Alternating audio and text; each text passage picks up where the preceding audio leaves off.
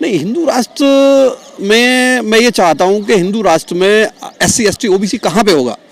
हिंदू राष्ट्र में एक महिला को पढ़ने का अधिकार नहीं है, एक SC ST को, जिनको धन अर्जित करने का अधिकार नहीं है, जिनको मंदिर जाने का अधिकार भी नहीं है, और बहुत सारे ऐसी चीजें हैं जो मतलब परिकल्पना से भी परे हैं। तो नहीं हो सकता। असम क्या ख्वाब देखते, कैसे हिंदुस्तान की कल्पना करते हैं? नहीं, मैं ये चाहता हूँ कि मोदी जी केवल एक गांव, देश का एक गांव ऐसा बता दे जहां पे हिंदू राष्ट्र बना सकते हैं। एक गांव नहीं बना सकते, देश की तो बात ही छोड़ दी। जातियों के लोग रहते हैं, सभी धर्मों के लोग रहते हैं, तो आप मुस्लिम भी रहते हैं, सिख भी रहते हैं। अगर हिंदू राष्ट्र बना दिया जाएगा तो बताओ क्या होगा, मतलब आप बताइए मुझे। हमको तो नहीं पता सर। हाँ, तो हिंदू राष्ट्र बनाने से क्या हो जाएगा ये बता दो, एक चीज बताओ मुझे आप, तब फिर मैं बताऊंगा आपको। सुविधा पेट्रोल 60 रुपए मिल जाएगा। 60 रुपए में मिल जाएगा, कभी नहीं हो सकता ऐसा। अच्छा। कभी नहीं होगा। आप ये भी आपके सामने आप देख रहे हो कि कितना रुपए है, और सभी लोगों को रह रहे। हिंदू धर्म बनाने से क्या होगा ये बता दीजिए आप। हाँ जी। लोकतांत्रिक तरीके से मैं ये कहना चाहूँगा कि लगभग खत्म ही हो चुका है। जो थोड़ी बहुत जान है देश के अंदर, वो कुछ चंद लोगों की वजह से है, जो ईमानदार लोग हैं, उनकी वजह से देश अभी बचा हुआ है। अच्छा, तो क्या लगता है? पहले तो सर ये बताइए मुझे, हिंदू कौन है? हिंदू मोदी जी हिंदू हैं। और दूसरे लोग भी तो हिंदू होने चाहिए। दूसरे लोग को तो हिंदू नहीं बताया जाता। मोदी जी हिंदू अकेले हिंदू जी है, और भी तो लोग हिंदू होने चाहिए। दलितों को तो हिंदू बताते ही नहीं है। वोट लेने वक्त बताते हैं। हाँ जी, वोट लेने के लिए बताते हैं, वैसे तो उनको जातिगत बताते हैं। जब कहते हैं कि जनगणना करा दो, जब जनगणना कराते नहीं है। अच्छा बताइए, जंतर मंतर पर प्रदर्शन चल रहा है, भीम आर्मी के लोग, बहुजन समाज के लोग, या अंबेडकर के जो विचारों को तो पूरा देश मानता है, मगर उस अंबेडकर के विचारों को पिछले कई सालों में खुरे देने का काम किया जा रहा है। और लगातार ये आंकड़ा बताया जा रहा है कि इतने साल बाद हिंदू राष्ट्र हो जाएगा, उतने साल बाद हिंदू राष्ट्र हो जाएगा। मगर देश को समझना होगा कि देश संविधान से चल रहा था, और देश संविधान से ही सुरक्षित तरीके से चल सकता है। सर क्या नाम है आपका? सर मेरा नाम दीपक वैद है। सर कहाँ से आप आए हैं? मैं दिल्ली से ही हूँ सर। तो सर ये बताइए कि ये जो लड़ाई आज चल रही है, ये सिर्फ जो है पहलवानों की लड़ाई है, या ये जो है संविधान बचाने की भी लड़ाई?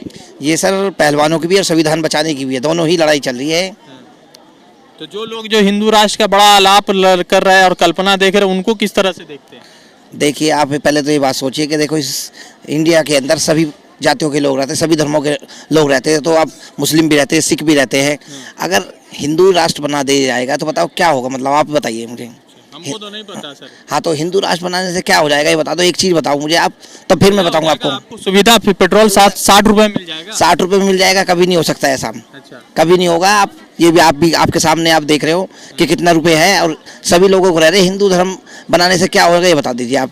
हाँ जी। तो ये बताइए कि जैसे अंबेडकर के जी का जो सपना था कि देश जो है संविधान से चल रहा था, और अभी भी संविधान से है, मोदी जी लगातार कहते हैं कि हम इस संविधान को ही मानते हैं, मगर वो लोग जो पटना में जब होता है और हिंदू राष्ट्र का बिगुल वहां से बजाने की बात होती है, तो मोदी जी या ना ही भाजपा किसी तरह का कोई भी उनके ऊपर कार्रवाई नहीं करती है।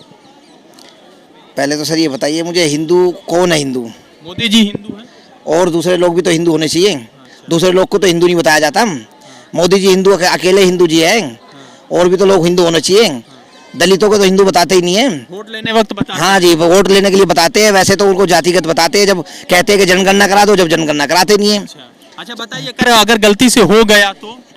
गलती से होगा नहीं वैसे। अच्छा। क्योंकि देखिए, इस देश के अंदर सभी जातियों के लोग रहते हैं, सभी धर्मों के लोग रहते हैं, तो होगा नहीं है। तो ये जो बाबा बार बार चिल्ला रहे हैं अलग अलग जगहों से, बाबा अलग अलग चिल्ला रहे हैं, बाबा के चिल्लाने से क्या होगा बताओ।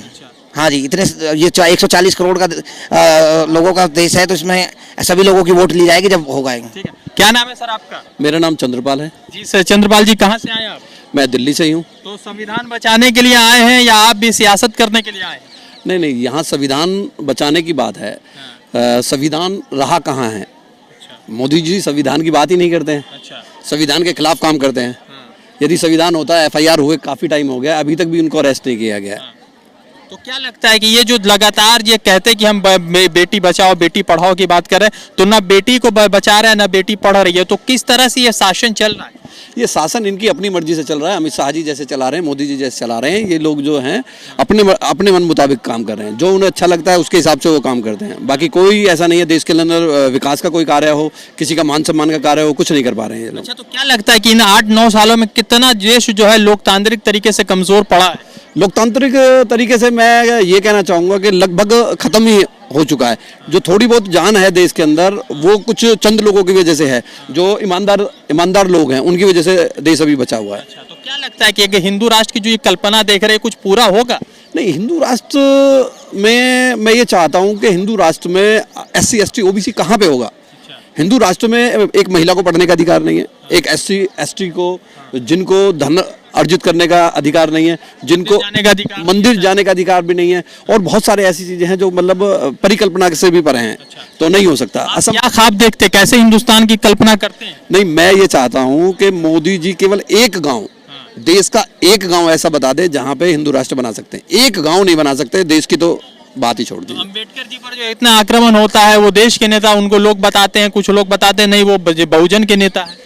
नहीं, एक्चुअल ये गलतफहमी है लोगों की कि वो बहुजन के नेता हैं। वो पूरे देश के नेता हैं। उन्होंने देश को संविधान दिया है, उन्होंने महिलाओं के लिए जो कार्य किए हैं, जो कर्मचारियों के लिए काम किए हैं, जो देश के बांध बनाए हैं, जो पूरी देश की जो परिकल्पना है उन्हीं के मुताबिक पूरा देश चल रहा है। तो आज जिस तरह से आंदोलन चला है बृजभूषण शरण सिंह के खिलाफ पिछले कई हफ्ते से चल रहा है, मगर गिरफ्तारी नहीं है, तो क्या मोदी जी को मान लिया जाए कि संरक्षण मिला हुआ है बृजभूषण सिंह को? नहीं, बिना संरक्षण के कैसे रुक सकता है?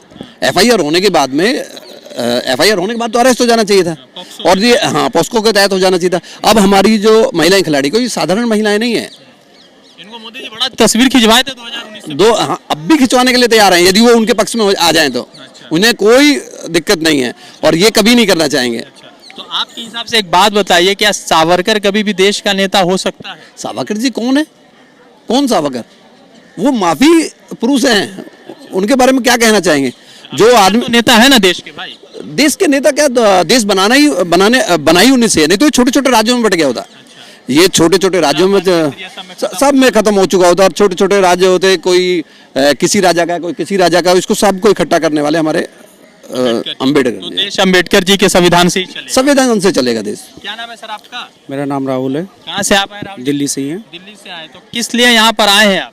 देखिए, आपको पता ही है जैसे पहलवानों के विषय में आंदोलन चल रहा है, प्रोटेस्ट चल रहा है, और आज 21-22 दिन हो गए हैं उनको न्याय नहीं मिल रहा है।